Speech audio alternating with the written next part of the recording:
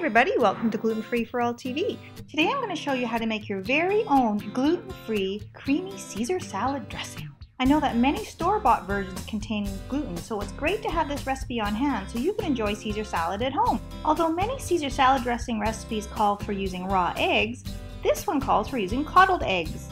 Now before you run down to the supermarket, I'm afraid to tell you these aren't something you can buy. You have to make them.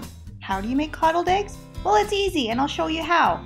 Coddling means cooking at a slow, low temperature. By doing this to our eggs, it's going to create a smooth and creamy texture for our salad dressing.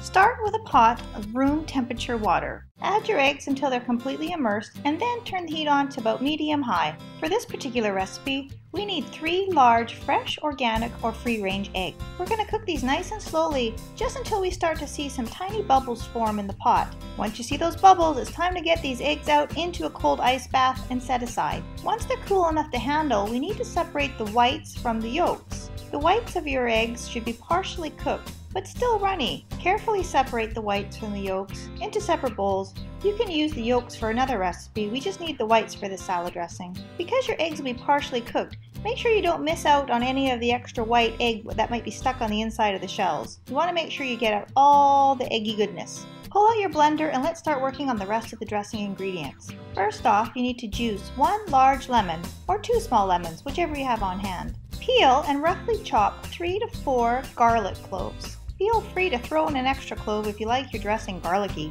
You'll also need about 4 or 5 anchovies. I'm using these ones packed in oil. I like them, they keep well in the fridge. Give them a good chop and let's start adding everything to our blender. Start with the egg whites, followed by your chopped garlic, then the anchovies, followed by our fresh lemon juice, 1 tablespoon of smooth or grainy Dijon mustard, and a good splash of gluten-free Worcestershire sauce. About a teaspoon or so will do. A lot of people don't realize that there's gluten in Worcestershire sauce, so it's important to find a gluten-free brand.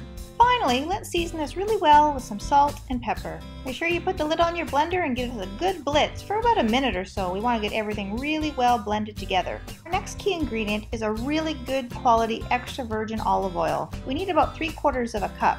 While your blender is still going, you want to add a little bit of olive oil at a time. You want your dressing to start to emulsify. Adding your oil too quickly, too soon at the beginning will cause your dressing to split. But once it looks like it's starting to thicken, you can gradually add more oil at a time. A nice steady stream like this is just perfect.